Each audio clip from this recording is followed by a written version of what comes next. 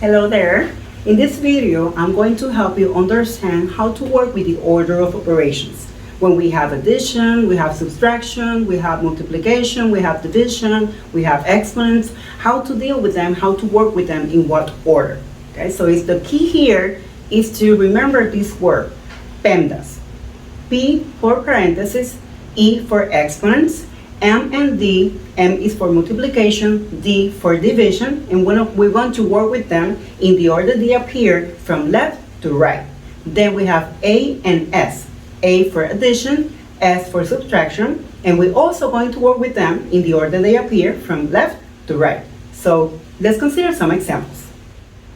In our first example, let's observe that we have a parenthesis here. We have another parenthesis here, but this one is to represent the multiplication. Okay, so the first operation that we're going to consider here is the parenthesis.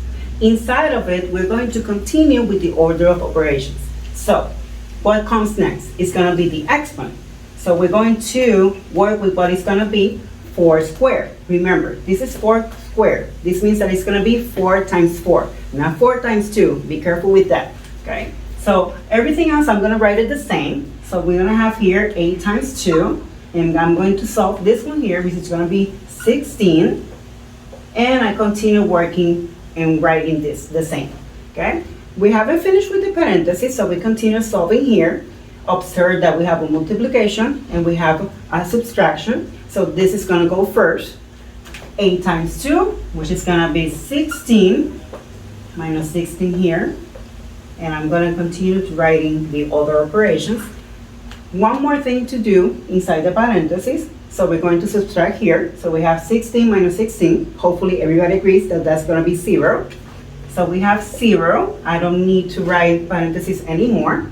And we have 7 times 3. Remember, 7 times 3 is going to be 21. And last but not least, we do the addition. And we know that when we're adding 0, any number added 0 is going to be the same number. So we have the 0 plus 21, which is going to be 21. And here we have the solution for this order of operations. For this example, observe that we don't have a parenthesis. We don't need to have one. So what do? We continue working with the order of operations. So next up is going to be the exponent, which we will have 1 here. Okay, we have 8 squared. Remember, this is going to be 8 times 8. Okay, not 8 times 2, so be careful with that. I'm going to continue writing the same operations that I haven't worked with yet. So 8 squared, which is going to be 64. I have 7 times 11 here. Okay, so what goes next? We have multiplication and division, but remember that those we're going to work in the order they appear from left to right. Okay, so we have a division here, we have multiplication here, but this one is going to go first. Okay, so 21 divided by 7, we have that this is going to be 3 plus 64. I'm going to write everything else the same. And now I'm going to work with the multiplication. Okay, so we have 7 times 11, which is going to be 77.